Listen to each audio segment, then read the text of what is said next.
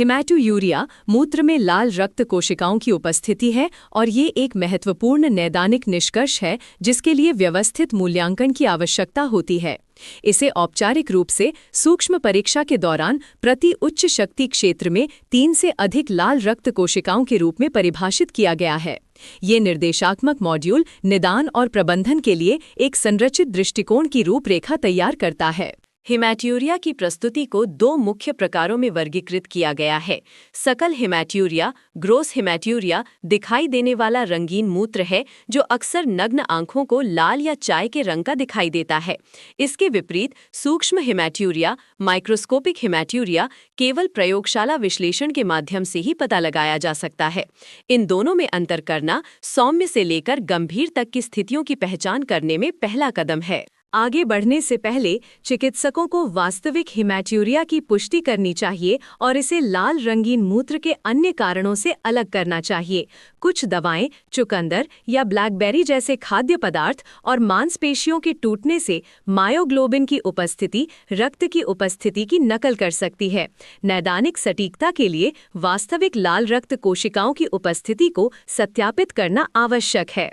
एक बार पुष्टि हो जाने पर नैदानिक फोकस मूत्र पथ के साथ रक्तस्राव के सटीक स्रोत की पहचान करने पर स्थानांतरित हो जाता है। रक्तस्राव गुर्दे से लेकर मूत्र मार्ग तक कहीं भी हो सकता है। कारणों को मोटे तौर पर ग्लोमेरुलर और गैर ग्लोमेरुलर स्रोतों में वर्गीकृत किया गया है, जो चिकित्सकों को संभावित अंतर्निहित विकृति विज्ञान और आवश्यक परीक्षणों को सीमित करने में मदद करता है। एक बार पुष्टि हो जाने पर नैदानिक फोकस मूत्र पथ के साथ रक्तस्राव के सटीक स्रोत की पहचान करने पर स्थानांतरित हो जाता है। रक्तस्राव गुर्दे से लेकर मूत्र मार्ग तक कहीं भी हो सकता है। कारणों को मोटे तौर पर ग्लोमेरुलर और गैर ग्लोमेरुलर स्रोतों में वर्गीकृत किया गया है, जो चिकित्सकों को संभावित अंतर्निहित विकृति विज्ञान और आवश्यक परीक्षणों को सीमित करने में मदद करता है। ग्लोमेरुलर कारणों में आंतरिक गुर्दे की बीमारी शामिल है और अक्सर मूत्र विश्लेषण में विशिष्ट निष्कर्षों से इसका संकेत मिलता है।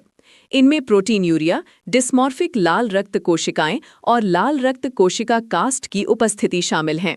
ग्लोमेरुलर रोग के सामान्य उदाहरणों में IgA नेफ्रोपैथी और सिस्टेमिक लूपस एरिथेमेटोसिस जैसी प्रणालीगत स्थितियों के कारण होने वाली नेफ्राइटिस शामिल हैं। गैर ग्लोमेरुलर कारण अधिक सामान्य हैं और विकृति विज्ञान की एक विस्तृत श्रृंखला को शामिल करते हैं।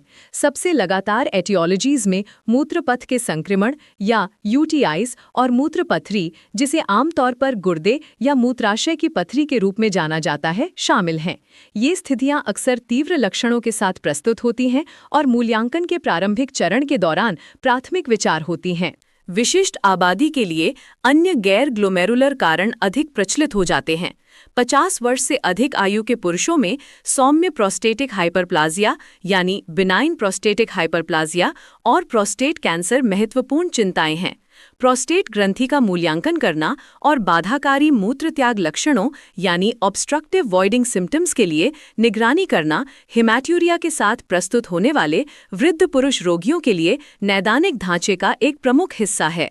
मूत्र जननांगी दुर्दम्मताओं जैसे मूत्राशय या गुर्दे का कैंसर मूल्यांकन प्रक्रिया में एक प्राथमिक चिंता है।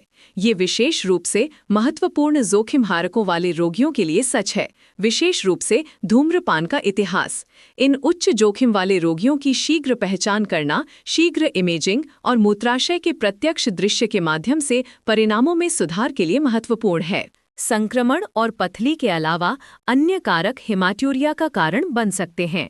इनमें शारीरिक असामान्यताएं, गुर्दे प्रणाली में शारीरिक आघात या जोरदार व्यायाम के परिणाम स्वरूप क्षणिक हिमैटोयूरिया शामिल हैं।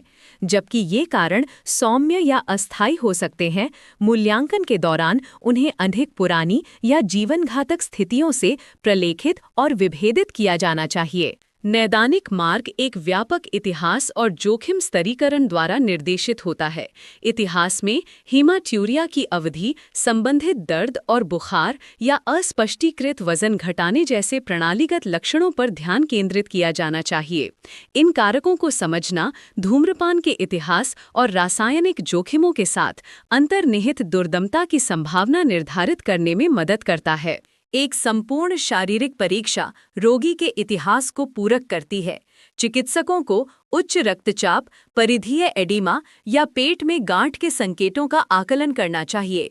ये शारीरिक निष्कर्ष महत्वपूर्ण गुर्दे की बीमारी या उन्नत दुर्दमता की ओर इशारा कर सकते हैं, जो रोगी के लिए आवश्यक बाद के नैदानिक परीक्षण की तात्कालिकता और प्रकार को प्रभावित करने वाले महत्वपूर्ण सुराग प्रदान करते हैं।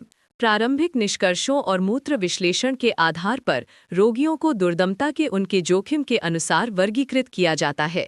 कम जोखिम वाले रोगियों को केवल दोहराए गए मूत्र विश्लेषण के साथ अवलोकन की आवश्यकता हो सकती है।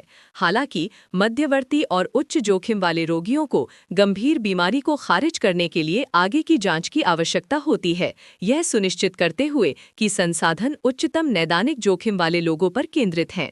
आगे की जांच में आमतौर पर द्रव्यमान या पथरी के लिए ऊपरी मूत्र पथ का मूल्यांकन करने के लिए गुर्दे की अल्ट्रासोनोग्राफी, रीनल अल्ट्रासोनोग्राफी शामिल होती है। इसके अतिरिक्त मूत्राशय और मूत्र मार्ग को सीधे देखने के लिए सिस्टोस्कोपी का उपयोग किया जाता है।